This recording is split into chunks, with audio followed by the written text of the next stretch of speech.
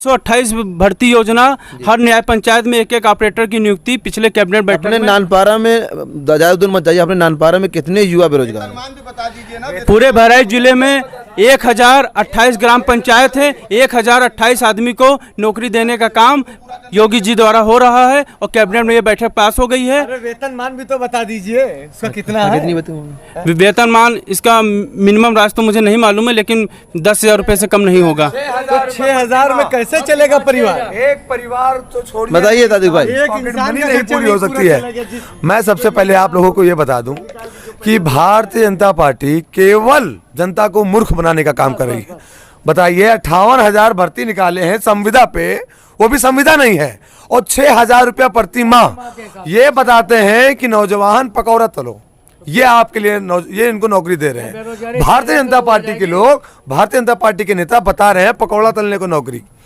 हम नौजवान हैं, हमने बीकॉम, बीएससी, एमकॉम, एमएससी किया है, पोस्ट ग्रेजुएट है, पकौड़ा तलने के लिए, पकौड़ा तलने के लिए हम जो कंप्लीट किए, 1 लाख रुपए लगाए हैं पकौड़ा कंप्लीट करने के लिए। इस सरकार आज से 70 साल पहले कभी आपने सुना नहीं होगा कि कोई ग्रेजुएशन किए हुआ चाय बेच रहा है, लेकिन इस सरकार ने ग्रेजुएशन और इंजीनियर से पकौड़े तलवा रही है और चाय बेचवा रही है। इसमें कोई झूठ नहीं है भाई। इसके बारे में मेरे पास कोई डाटा नहीं है। और रही बात, इन लोग कह रहे हैं कि पकौड़ा तोलने वाली बात है, तो इसका मुद्दा अलग है। प्रधानमंत्री मोदी जी 2014 में जैसे सरकार बनी है, 28 जून 2014 को इंदिरा प्रतिष्ठान लखनऊ में जनधन खाते की योजना लागू की है। आज नामपारा में भाई साहब बता रहे 2 लाख की आबादी है, कम से कम 50,000 खाते खुले हैं। और कोरोना टाइम में सबके खाते में 1500 रुपया देने का काम योगी जी ने किया है। बताइए, मैं अपने वार्ड नंबर 21 से सभासद हूँ। मेरे वार्ड में तो किसी एक आदमी का पैसा आपने दिया हो तो आप चल के बता दीजिए। मेरे वार्ड की आबादी कम से कम 5,000 के ऊपर है। 5,000 में एक आदमी आप चल के ढूंढ दीजिए कि किसी को एक रुपया। ये बताइए। नहीं, यहाँ पे बड़े विद्वान बैठे हुए हैं। जैसे आप अपने बच्चों को क्यों पढ़ाते हैं? उसका रीज़न है ना, पढ़ लिख करके बच्चे हमारे समझदार बने, काबिल बने, अपने पैरों पे खड़े हों। पर हमारे माननीय प्रधानमंत्री जी, उन्हीं का कहना है कि मैं चाय बेचता था, भाई मैं चाय बेचने वाला हूँ, ठीक। तो एक चाय बेचने वालों में आप अगर डॉक्टर मनमोहन सिंह को चाह रहे हैं कि हम देख लें, एक गोल्ड मेडलिस्ट, एक अर्थशास्त्री को आप चाह रहे हैं कि पूरे विश्व की इकोनॉमी डाउन हो गई थी। मुझे याद आ रहा है कि एक पीरियड था, doctor Manmohan Singh x prime minister of India, पूरे वर्ल्ड की इकोनॉमी डाउन हो गई थी, और उस बेहतरीन अर्थशास्त्री गोल्ड मेडलिस्ट जो हमारा प्रधानमंत्री हुआ करता था, अपने विवेक से, अपनी क्रियाकलापों से, अपने बेहतरीन कलम से उसने अच्छा परिचय देते हुए कि मैं अर्थशास्त्री हूँ, मुझे आता है मुल्क चलाना, और अपने मुल्क में एक भी बेरोजगार वेल एजुकेटेड लोगों को, जो वेल सेटल्ड थे, उनकी एक भी नौकरी नहीं गई। यहाँ की विकासशील मुल्क जो डेवलपमेंट कंट्री थी, इंग्लैंड, जापान, इटली, फ्रांस के लोगों की नौकरी चली गई, लेकिन हमारे भारत में एक भी लोगों की नौकरी जाने नहीं दिया। अब आप चाह रहे हैं कि वो एटीट्यूड, वो स्वभाव, वो काबिलियत हम माननीय नरेंद्र मोदी जी में देखें? No, that is not impossible. अगर आप ये चाह रहे हैं, आज हमारे राष्ट्रपति साहब कौन हैं?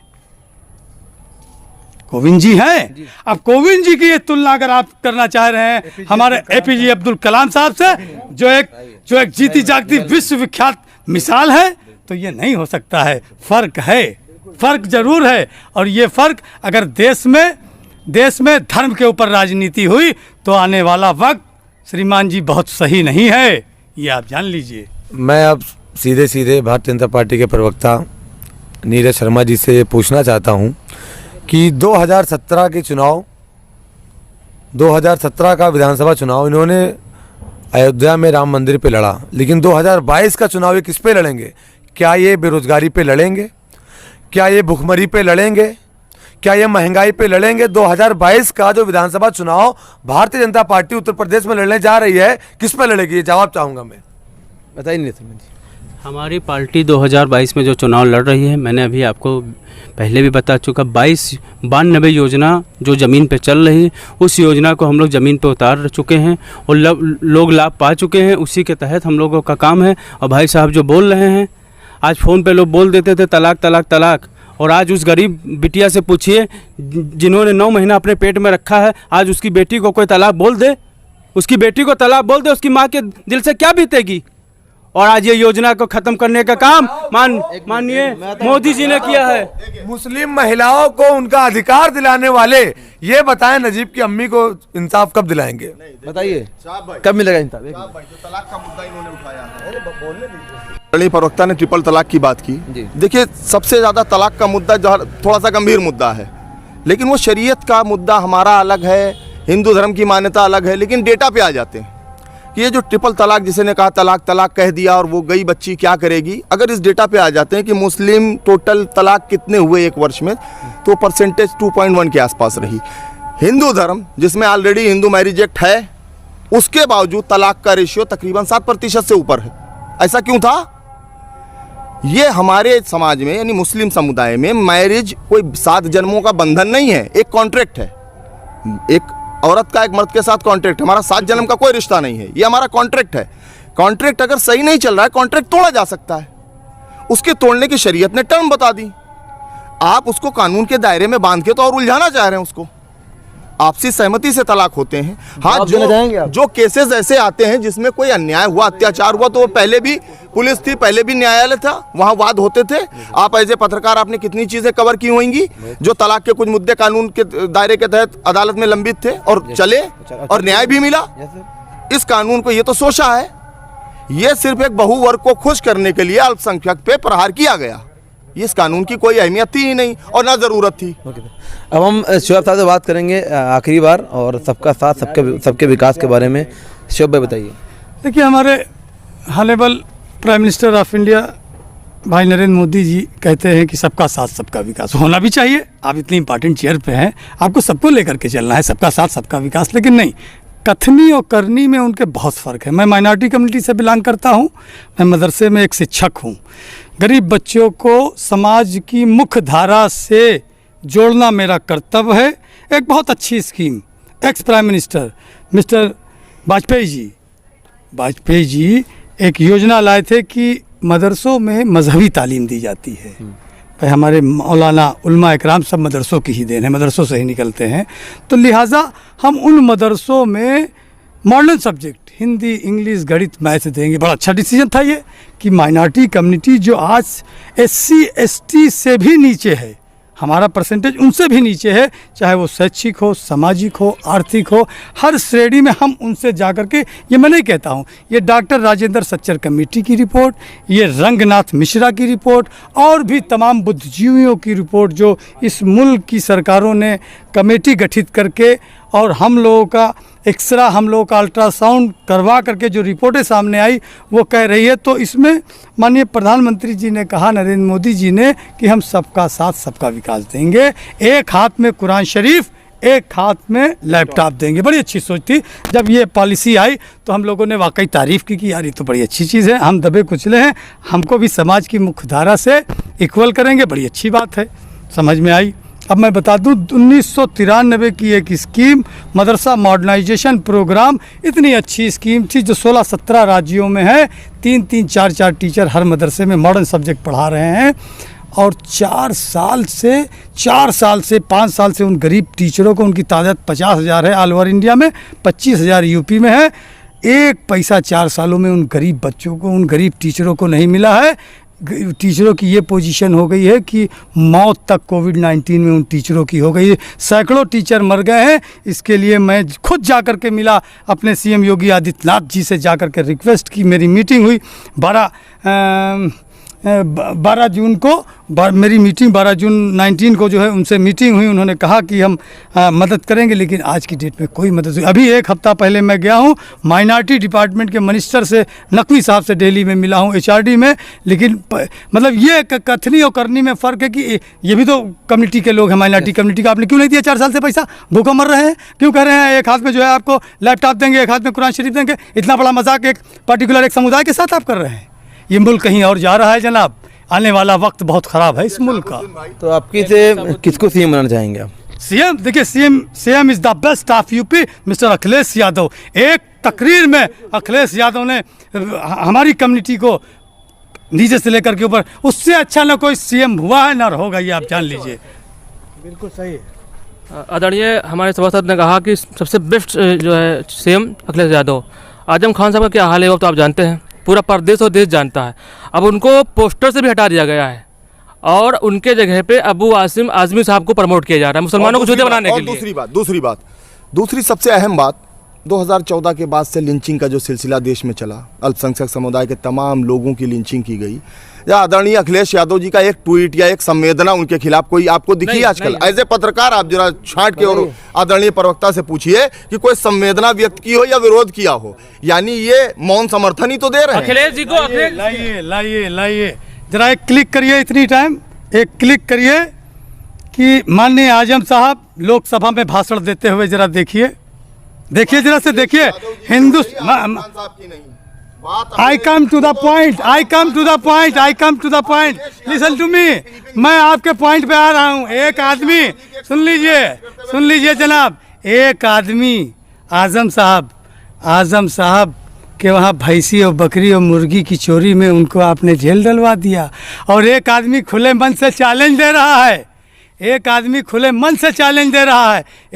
कह रहा है कि 2 घंटा मुसलमानों को दे दो, हम पूरे हिंदुस्तान की ऐसी तैसी कर देंगे। उस पर FIR नहीं हो रही है। एक बार सुनिए, वो आजम खान, सुन लीजिए, वो आजम खान जो बेचारा लोकसभा में, उससे अच्छी कोई तकरीर आज तक जरा देखिए। अगर किसी मुसलमान लीडर ने उससे अच्छी तकरीर कर दी हो तो मैं उसकी गुलामी करना पसंद करता हूँ। उसको, उस अच्छे लीडर, उस ईमानदार लीडर के साथ सौतेले व्यवहार समाजवादी पार्टी ने क्यों किया? मुसलमान को बांटने काम ना करिए, बहुत बड़ा सौदा, बहुत बड़ा, मुसलमान समझ नहीं पा रहे हैं जितना बड़ा सौदा हुआ है हिंदुस्तान में। ये जो MIM पार्टी है और खुलेआम चैलेंज करते घूम रही है, और भाजपा सरकार उनके ऊपर अगर कोई कार्रवाई नहीं कर रही है, उसका सिर्फ एक मतलब है, ये अंदर से गठबंधन है इनका। ये जहाँ के असदुद्दीन साहब जहाँ के हैं, ये वहाँ पे सिर्फ 7 सीटों पे चुनाव लड़ते हैं, वहाँ पे पूरी विधानसभा पे क्यों चुनाव नहीं लड़ते हैं? सुनिए, ये लोकतंत्र है, सबको अपनी बात कहने का अधिकार है, लेकिन आदरणीय प्रवक्ता ने कहा कि ये कहते हैं उनका कुछ नहीं होता।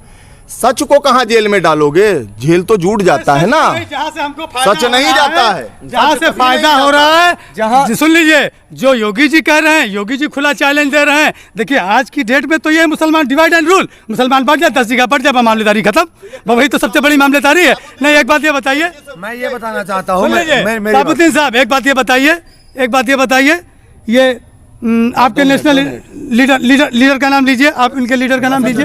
असदुद्दीन ओवैसी कहाँ से बिलोंग करते हैं? तेलंगाना स्टेट है वो। तेलंगाना में कितनी विधानसभा सीटें हैं जरा आप बताइए? कितनी विधानसभा सीट है तेलंगाना में? कितनी असेंबली वहाँ से लड़ी जाती है? वो कितने ये मुद्दे से भटकाने का ये सवाल ये पूछा गया है कि अखिलेश यादव का आजम खान से मोहब्बत कहाँ गया? के जुल्म के ऊपर एक भी संवेदनात्मक या भावनात्मक ट्वीट, कोई बयान, तो खाली इनको जुम्मन मियाँ का वोट चाहिए। जुम्मन मियाँ से हमदर्दी नहीं है, जबान से मुसलमान के प्रति कोई बात निकलती नहीं। आजम साहब, देखिए मेरी बात सुनिए, जितना काम किया है, उतना किसी लीडर ने नहीं काम किया। उत्तर प्रदेश का मुसलमान मिnority डिपार्टमेंट के जो भी लोग हैं, वो इस बार ना सपा को वोट करेंगे, ना MIM को वोट करेंगे, ना भारतीय जनता पार्टी का भी वोट नहीं करते हैं। वो इस बार सीधे कांग्रेस को वोट करेंगे, क्योंकि सपा ने भी मुसलमानों को छला है, MIM ने भी मुसलमानों को छला है। आप देख सकते हैं MIM भी तीखा जहर बोल रही है, और जिस तरीके से अखिलेश जी का रवैया आजम खान को लेकर है, वो बहुत ही निंदनीय है, वो आपत्तिजनक है। अखिलेश जी की आज ये विचारधारा हो चुकी है कि अलीगढ़ मुस्लिम यूनिवर्सिटी को वो अलीगढ़ यूनिवर्सिटी लिख रहे हैं, लेकिन मुस्लिम यूनिवर्सिटी नहीं लिख रहे हैं। मुसलमानों की बात करने को दे दो तो अखिलेश जी भी नहीं कर पा रहे हैं। MIM केवल मुस्लिम कर रहे हैं। ये बात रियलिटी है कि 22% मुसलमान जो सब तरफ बिखरता है, लेकिन ये जान लो कि जो लोग जो लोग मुसलमानों को बिरयानी में पड़ा तेज पत्ता मान रहे हैं, तो मुसलमान बिरयानी में पड़ा तेज पत्ता नहीं है। मुसलमान एकत्रित होके इस बार कांग्रेस पार्टी को वोट करने वाला है। कांग्रेस पार्टी का तो इस बार खाता भी नहीं खुलने वाला उत्तर प्रदेश में। और रही बात सिर्फ मुस्लिम राजनीति की, तो हमारी 9 पार्टी भागीदारी संकल्प मोर्चा, आपको पता है 9 पार्टियों का गठबंधन है। हमारे साथ हमारे हिंदू भाई भी उतने ही जुड़ रहे हैं, क्योंकि असदुद्दीन ओवैसी साहब विकास की राजनीति और मुद्दे की राजनीति और संवैधानिक राजनीति में विश्वास रखते हैं, संविधान के हिसाब से काम करते हैं। और आदरणीय प्रवक्ता सभासद शुएब साहब ने जो अभी बात कही थी अकबरुद्दीन ओवैसी की बयान के बारे में, वो कांग्रेस नीति शासन में था, उसमें उन्होंने जेल भी काटी, 30 दिन जेल काटी है। उन्होंने जेल भी काटी, उसकी सजा भुगती। प्रवक्ता साहब ने कहा अभी कि सबसे बेस्ट सीएम जो है सीएम अखिलेश थे, ठीक है ना। अभी आप देख लीजिए यूनिवर्सिटी का एक जिलाधिकारी को दंगा कंट्रोल करने में 5 मिनट से ज्यादा वक्त नहीं लगेगा। एक जिलाधिकारी को पावर हो 5 मिनट से ज्यादा। अखिलेश यादव की गवर्नमेंट में देखिए मैं समाजवादी पार्टी कोई ना कार्यकर्ता हूँ। मैं अखिलेश जी से मिला, अखिलेश जी ने मेरी बात सुनी। मैं नरेंद्र मोदी, माफ़ कीजिएगा, ये सीएम योगी आदित्यनाथ जी से मिला, मैं आजम साहब से मिला, मैं मायावती जी से भी मिला, मैं यूपी में जितने भी सीएम रहे हमारे कार्यकाल में मैंने सबसे मीटिंग की। मैं एक जिम्मेदार कार्यकर्ता हूँ, एक जिम्मेदार मैं अध्यक्ष हूँ एक संगठन का उस लेवल से। लेकिन जो हमारे सामने आया, अखिलेश जी जब देने पे आते हैं तो झोली उनकी खुली रहती है। हम जैसा गरीब यादव कहते हैं कि मेरी मनोकामना है पीएम दोबारा फिर एक मिनट नीरज जी की बात है, एक मिनट। कांग्रेस प्रवक्ता ने कहा कि भाजपा को ना कभी मुस्लिम बिरादरी का वोट मिला है ना मिलेगा। मैं इनसे इतना कहना चाहता हूं, माननीय रेस्पेक्टेड मेयर साहब डॉक्टर दिनेश शर्मा 2 बार चुनाव लड़े, सिया समुदाय का 50% वोट डॉक्टर दिनेश शर्मा पाते हैं। मोहसिन रजा आज मिनिस्टर है, अल्पसंख्यक जात से वो मिनिस्टर बनाया गया है। नजमा हतमुल्ला है, AMJ अकबर है, और जो है शहनवाज हुसैन है, अब्बास नकवी हैं, ये मुस्लिम समुदाय के। जब हम योजना में हिंदू मुसलमान नहीं करते हैं तो मुसलमान का वोट मुझे मिलेगा, ये मैं दावा करता हूँ। मेरे बहराइच जिले से मैं दावा करता हूँ कि जब हम लोग योजना में हिंदू मुसलमान नहीं करते हैं तो मुझे दावा है कि भारतीय जनता पार्टी को वोट मिलेगा। अरुणवीर सिंह चुनाव लड़े, वहाँ पे 70% मुस्लिम आबादी है और अरुणवीर सिंह केवल 1200 वोट से चुनाव हारे। क्या मुस्लिम ने वोट नहीं दिया अरुणवीर सिंह को? क्या बात करते हैं? अगली बार सरकार आपकी बनेगी? बिल्कुल बनेगी। 300 प्लस आज की डेट लिख लीजिए। किस बेस पे लड़ेगी आपकी पार्टी लड़ेगी? बेस इनके पास कोई बेस ही नहीं, हमारे पास तो बेस ही बेस है। एक बेस है 92 योजना से हमारी, जब हम लोग ने कोई योजना चालू कर रहे हैं, जो योजना में कोई मिनॉरिटी और हिंदू की बात नहीं करते, तो योजना में जब नहीं करते तो वोट में कैसे करेंगे? वोट नहीं मिलेगा। आपके घर पे आपने जीवन भर आप मड़ैया में रहते हैं, आपको 2.5 लाख रुपए का आवाज दिया गया। मड़ैया में क्यों रहते हैं? इससे बड़ी मड़ैया में क्यों नहीं रहते बताइए? 10 साल से आपकी केंद्र में सरकार है, 10 साल से नहीं है मानवर। 10 साल आपने रोजगार दिया होता तो आज हम मुझे इतनी हिम्मत दी है। 10 साल से। एक मिनट इस बार चुनाव में जनता ये कतई नहीं भूलेगी, भाजपा का जनाधार तो खिसक चुका है। क्योंकि जनता जब वोट करने जाएगी तो वो ना वो जलती हुई लाशें भूलेगी, ना ऑक्सीजन की कमी से अपने परिजनों को अस्पताल में तड़पता हुआ भूलेगी, ना दवाओं की किल्लत से उसके किसी प्रियजन की मौत भूलेगी। तो भाजपा का जनाधार तो खत्म है। और रही बात समाजवादी पार्टी की, समाजवादी पार्टी ने सिर्फ और सिर्फ मुस्लिमों को छला है, दलितों को छला है और किसी भी वर्ग का कोई काम नहीं किया। ये सपा और बसपा, सपा और बीजेपी एक सिक्के के 2 पहलू हैं। जैसे कि आपने देखा 1996 में डॉक्टर मसूद साहब सपा से मंत्री हुआ करते थे, शिक्षा मंत्री। उन्होंने, आपने देखा होगा कि जो है मुस्लिम भर्ती की थी, रात को 11:30 बजे के टाइम 11:30 बजे टाइम मुलायम सिंह यादव ने उनसे मंत्री पद छीना था और भरी बरसात के टाइम मंत्रालय खाली करवा लिया था। ये किया है सपावादियों ने, ये जग जाहिर है। 96 ये कितनी सच्चाई इसके अंदर बताइए? देखिए MIM किस बेस पे आवाज उठा रही है, MIM क्यों आरोप लगा रही है? सबसे पहली बात तो समय हो चुका है, इसलिए मैं चाहता हूं कि कार्यक्रम को समापन होने ही वाला है। तो मैं आपको सबसे पहले ये बता दूं कि MIM को उत्तर प्रदेश की उत्तर प्रदेश का मुस्लिम समुदाय ना वोट करेगा ना सपोर्ट करेगा। हर पार्टी में, हर समुदाय में कुछ लोग ऐसे होते हैं, कुछ ऐसा होते हैं। क्या कह रहे हैं? 100 सीटों पे उस पे 80 सीटें कम से कम MIM इस बार निकालेगी। और उत्तर प्रदेश की जनता इस बार 2022 के चुनाव में कांग्रेस के ताबूत में चलिए, आप लोग का बहुत बहुत शुक्रिया, आप लोगों ने अपना कीमती समय दिया है और मैं सबको बहुत बहुत शुक्रिया देना चाहता हूं कि आप लोगों ने अपना कीमती समय दिया। सभी पार्टी के सदस्यों ने और कार्यकर्ताओं ने और सभासदों ने अपनी अपनी बात रखी। वो तो 2022 का इलेक्शन आने वाला है, वो तो पता चलेगा कि किसका सीएम बैठेगा। तब तक के लिए शुक्रिया।